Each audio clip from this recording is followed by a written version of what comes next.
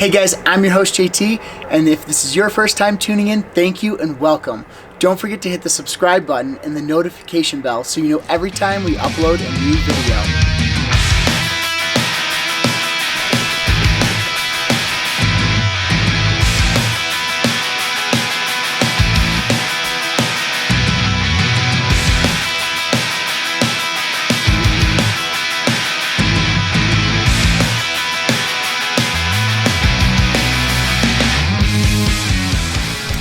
I'm so excited because today we are joined by Chris Anthony, professional skier in many Warren Miller films, and I'm so excited because he is someone that I have looked up to in the skiing world for years and is such an exciting skier to watch. And from all of his amazing adventures around the world, I'm so excited for him to be here and join us on our podcast and to share his story and tell us what his life and how he's gotten to where he is in his life. So thank you, Chris, for being here. Absolutely. It's a great setting. Couldn't ask for a better place to be. Right here in Beaver Creek, Colorado, and with the beautiful weather, spring weather here, it's awesome to be here. So Chris, being a professional skier, how did you get to that point in your life? Take us on your journey of skiing from when you started skiing and on. That's quite a journey. So, of course, I have to credit the fact I even was introduced to the sport by my parents. They're both skiers, of course, and they met in Crested Butte, a small ski town here in Colorado, especially back then, very small. My mom was working in a restaurant, but a skier, and my dad was on the ski patrol at Crested Butte, and they met, and I think they must have, I guess you could say, I was inspired there, and then they had to move away from Crested Butte because it was such a small town to actually have me, but they never got skiing out of the blood, so they kept on weekends going back up to the mountains, and had me on skis by 18 months old. So, and I think their goal was to get me skiing as quick as I could because they wanted to continue to ski and not have me dragging them along slowly. So I learned very young, and I was put on an accelerated program. And then, of course, my dad started he was one of the first ski instructors at that time, a new skier at Copper Mountain. And he started a kids program there called the Copper Choppers. My mom helped start the children's ski school there. So that also gave me the opportunity, my sister and I, to be able to ski all the time. And both of them, they were working very hard. Startup family. So of course the funds weren't great, and this is obviously a very expensive sport. But they basically allowed us to have access to the sport by working within the industry. So they're very economical about getting us out there, which when people say that the sport is elitist, or there is ways in, and my parents found it, and they took advantage of that by being employees, and so we were dependents, and got to ski for free. So that provided me an opportunity to come up through the Copper Mountain program, and I started off as a freestyler, and then I realized that freestyle at the time was not in the Olympics, and I always wanted to be an Olympian, but I found out that ski racing was in that, so I switched over to the alpine ski racing world, and I kind of climbed the ladder through that. And eventually was given a scholarship to come live in the Vail Valley in the middle of the winters with a family over here and train full time. And that took me through my teens all the way up to where, that sort of, I was like on that edge of U.S. Ski Team Training Group, they called it, trying to break through that last into the 1%. I was young. The programs were a lot different then than they are now. I can honestly say I don't know if I was allowed my full development as an alpine ski racer, but it became a very turbulent time because you're like 18, 19 years old, which at the time they were telling us we were old, but now I think about it, that's so young. Yes. But we had to make this massive decision of whether to continue on or give up, essentially, and by giving up meant that maybe you go on to college, which is the strangest thing, that college was going to mean that you kind of failed in a way. Because once you went to college, the U.S. ski team back then did not even look at you anymore. I was given a partial scholarship to the University of Colorado, despite my horrific grades and GPA and terrible dyslexia and everything else. And so I never thought the doors of college would ever even open up to me.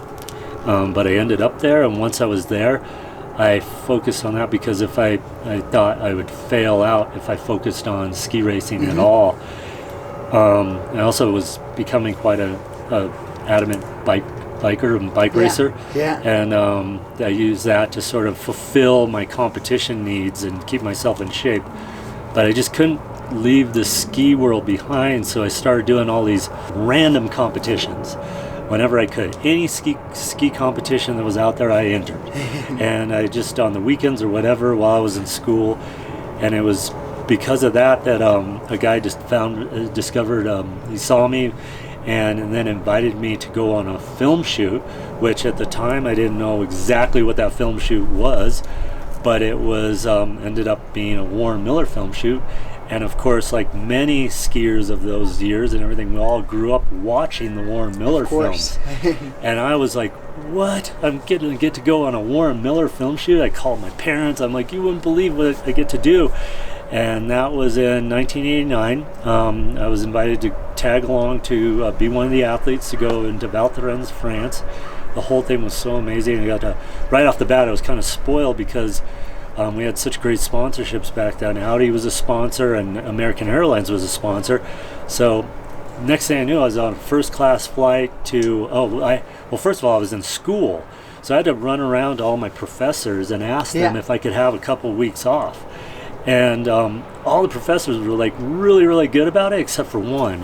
And I thought this was always ironic. And he said, if you don't show up for class on next week, I'm going to fail you for the semester. And he was the sports psychology professor, which I always thought was just the weirdest thing. You know, the physiology professor was letting me off, my chemistry professor was letting me off. But the sports psychology professor was the one that was going to fail me. So I elected Maybe to he just wanted to be on the trip with you. Yeah, he was having some sort of mental issue himself. He needed to see a psychiatrist. I took the trip, and I took that F in that class, and the other professors allowed me extended studies and doing my exams later. Flew with two of my idols to go over to France, and we went to the Audi Factory, pulled two Audis right off the assembly line, and then we drove out. Actually, that was in Munich, and then we drove to France, and I got to be in my first Warren Miller shoot, which made me fall in love with just not the fact is skiing again, and this whole different aspect. And filming's almost like competition. You got to relearn the sport, how to ski for the camera. So that it fed me, fueled me, and everything else. I wanted to do it more and more. It also was during a key time too, because there was this new movement, which I'm embarrassed to even use the word because I just think it's such a goofy word, but the extreme skiing movement was happening. So there was a guy up in Alaska that decided to have the first World Extreme Skiing Championships. And the way they chose the first field for that was by some of the film athletes. So I got this invitation to go do something that I had no concept of. Going to Alaska, I thought I was going to a ski area, which I wasn't. I was literally going into the Chugach Mountains. There was no lifts, there was a Bell helicopter, and they take you to these things, and I'm still basically geared up to be an alpine ski racer, not a backcountry skier, nor did we really have the knowledge of what any of that was compared to what the average backcountry skier has now. I mean, I went up there, I didn't have a beacon, I didn't have a shovel, I didn't have a backpack, I had my tight, slalom pants and GS skis, and all of a sudden we were skiing these big, huge mountains just ignorantly, and thank God it was a very stable year in the Chugach Range, because I think a few of us would have probably perished if it was an unstable year, because we were skiing. But I quickly realized that I was kind of part of a generation that was going to kind of open up this new frontier. And so then I continued, luckily I was asked to continue going to do the films and being part of the Warren Miller films for the next 28 years. And I also kept returning to Alaska to compete in the World Championships for 10 years. At the same time, many of the people that were tied to those competitions opened up heli operations. And so I helped at the beginning of 2 different heli outfits as a guide. So I became an Alaskan heli ski guide for 26, 27 years or whatever it's been. That's awesome. It's all kind of like fate and dumb luck, and it's been a journey that's been unbelievable.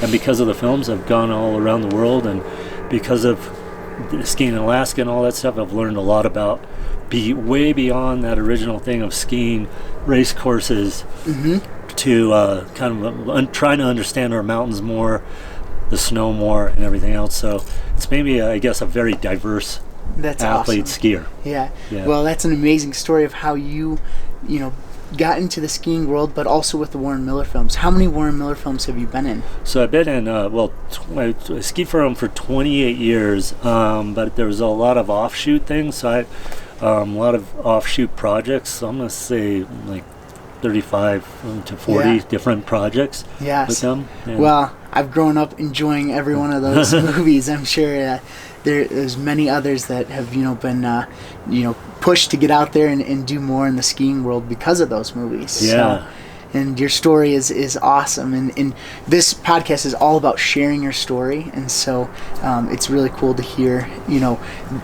I look back at where that professor gave you the failing grade, and at that time I'm sure it was some controversy of like, is this the right decision or not? And in my life, I've had different obstacles like that where it's like, is this the right decision for me? And education wise too. Right. I've been told, JT, you're illiterate and won't be able to read and write and for the rest of your life, and you'll have to cope with it. And you go on to the next experience, and you figure it out and grow from that, because some of those things push you to persevere and to accomplish your goals even more. Absolutely. Yeah. And so tell us a little bit about how, philanthropy-wise, you give back so much. And I think that's a huge part of your life. And tell us about your youth philanthropy. Yeah. So all that during that adolescence phase, my parents were definitely hardworking. They were struggling. We were definitely in parts of the city, Denver, that were mixed in with. I got to see a lot of different variety of economic levels and everything, and struggling families, and I was a struggling kid, not only as a dyslexic student, but also I was quite combative. I was in a lot of fights. I got kicked out of a lot of schools. I was a problem, and I one specific thing really changed my life, and it really came down to a couple mentors. But one coming into a school and just saying the right things, and I can't remember what he was, but he was an athlete, and he sat up in front of us on a stage and he said the right words, the right timing, and he said it in a way that made me as a kid go home and make a list. I was like, wow, and what an impact that had, and it did. It set me on a different path. I've always held on to that, because when I was basically handed the reins at a point in my professional, I guess, athletic skiing career, where all of a sudden out of the blue, a group of people came to me and said, Chris, we would love for you to start talking to kids. You have an influence on kids, whether you realize it or not. And I immediately flashed back to that. At first I was like, what, really? And then I flashed back to it and go, actually, I get it, because it had such an impact on me. So I started going into schools with a program that the first time it was very organic, and then I realized that I had all this material that I could share with these kids, and they had so many teachable moments in it. Through the films, through the travels, through all the stuff, through the hardships and everything. And I could present this in such an entertaining, fun way that no matter what, if the kids, even if they're trying not to pay attention, they're gonna, because it's actually great visuals, it's great this. It's so entertaining. Yeah. And like you said, it's a geographical trip around the world through skiing.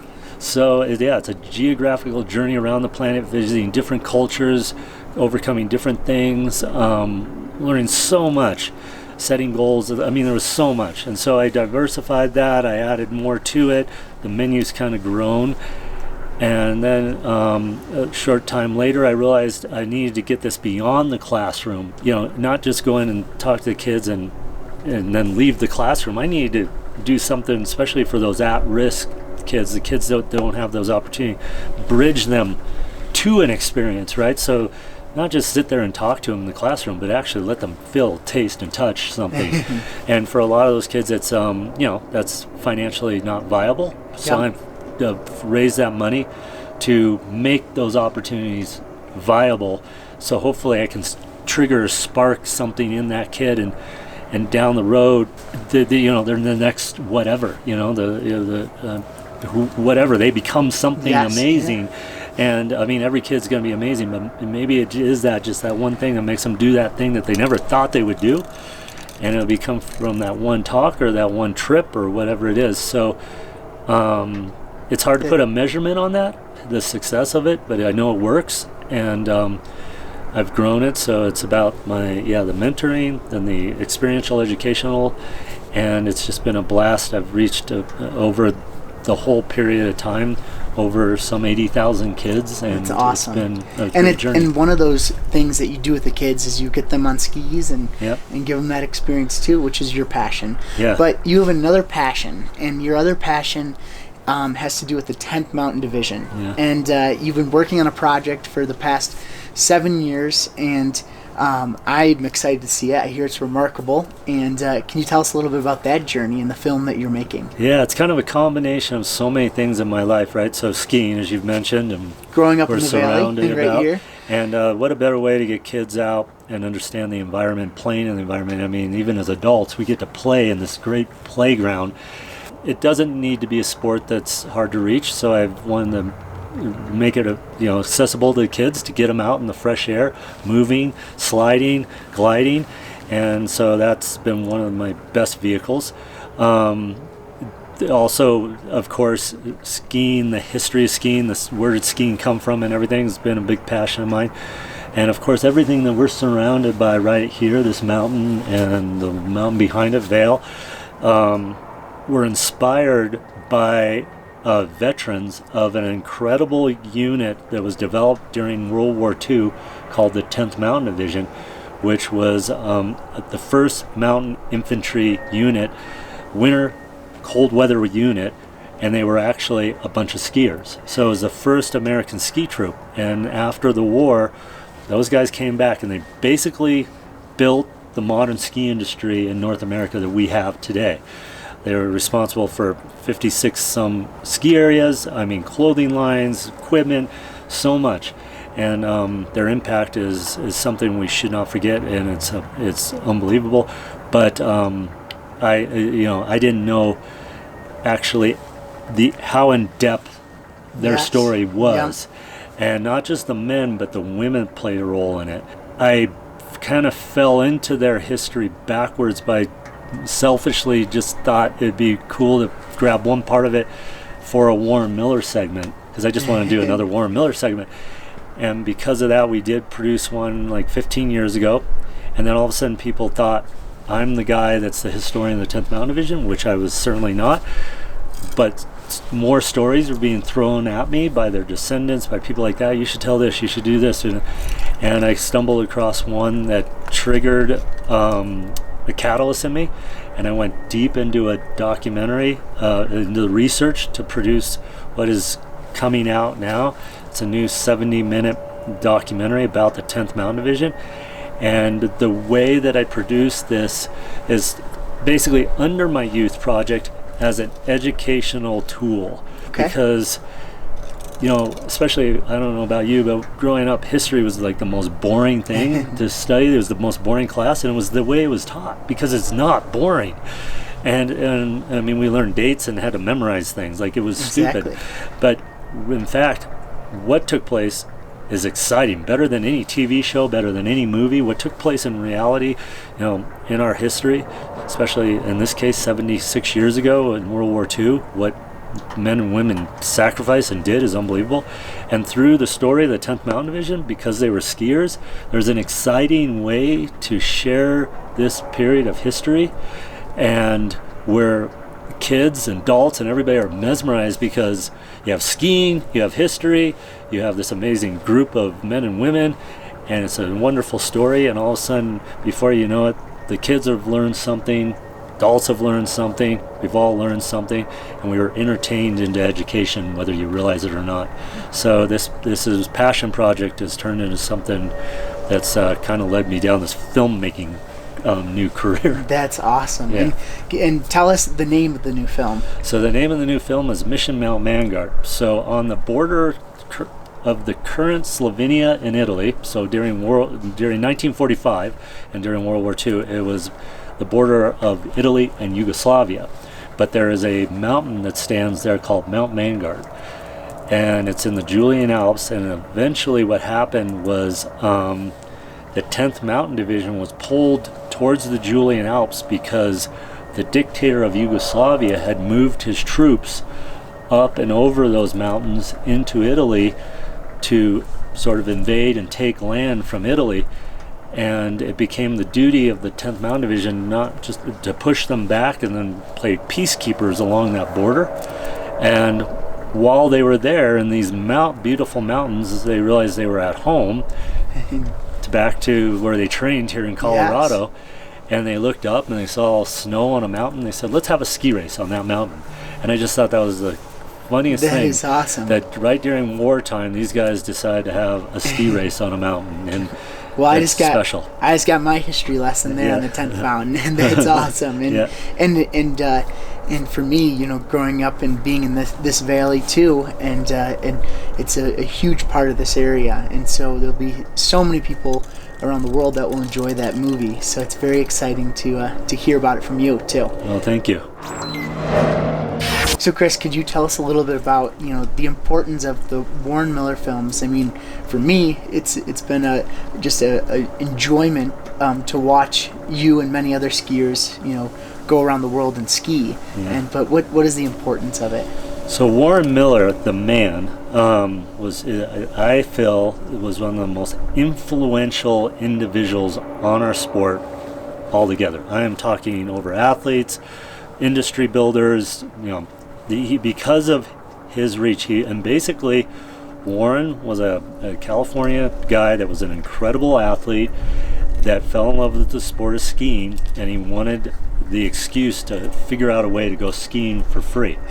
So he also he's a fan of a guy by the name of John Jay, who is a World War II filmmaker, as well as Walt Disney. He got his film camera. Nowadays we have our GoPros, but he literally went and got his hand-wound film camera with 8 millimeter film in it at the time.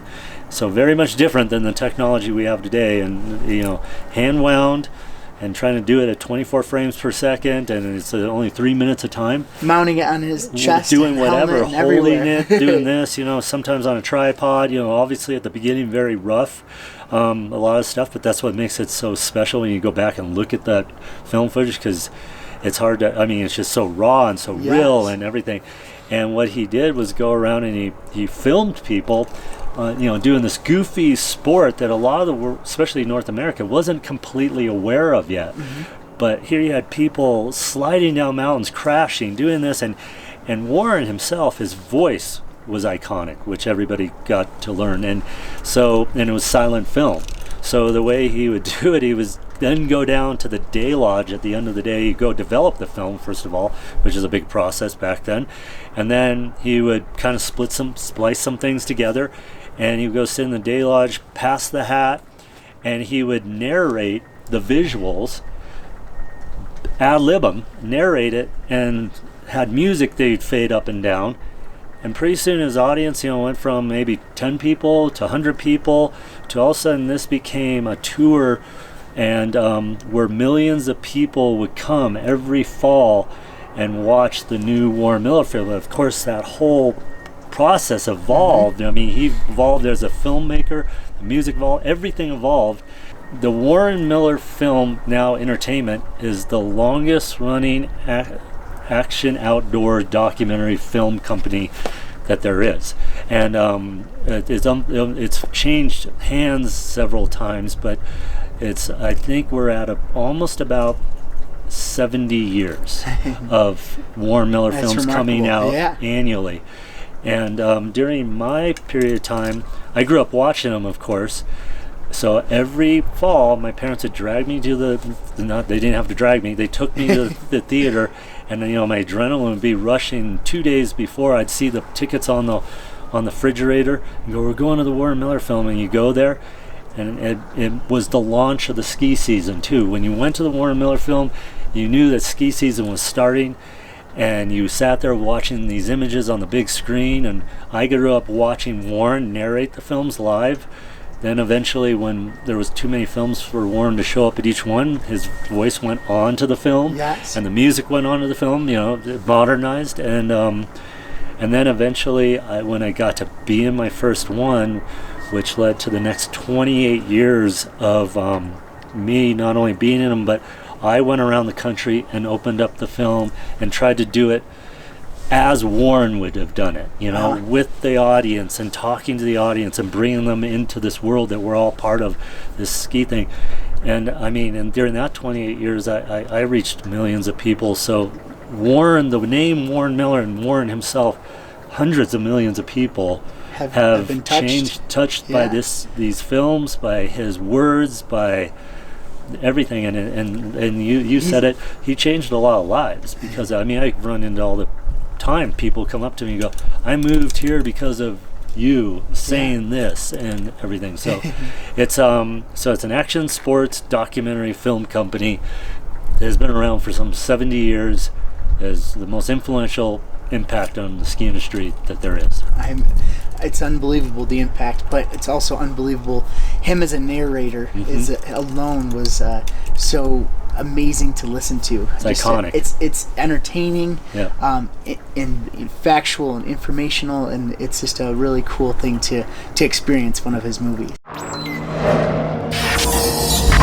Thank you so much, Chris Anthony, for being here today and for sharing your story of being from growing up skiing and becoming a professional skier and being in so many films. But then also thank you for everything that you do for the community and for how much you give back to the kids and so many others, and through your films and through your skiing. And so thank you so much for being here. Thank you for having me. I'm honored. Appreciate it. So let's go ski soon. All right, let's do that. Hey there, so I'm Chris Anthony, and you can learn more about all me and everything that I'm involved with on my website, chrisanthony.com. You can also follow me on Instagram at chrisanthonyski. It's easy also to find me on Facebook as well, and email me anytime at chris@chrisanthony.com. I got a new movie coming out this probably fall 2021 called Mission Mount Vanguard, so keep your eyes open for it. Wonderful documentary about the 10th Mountain Division.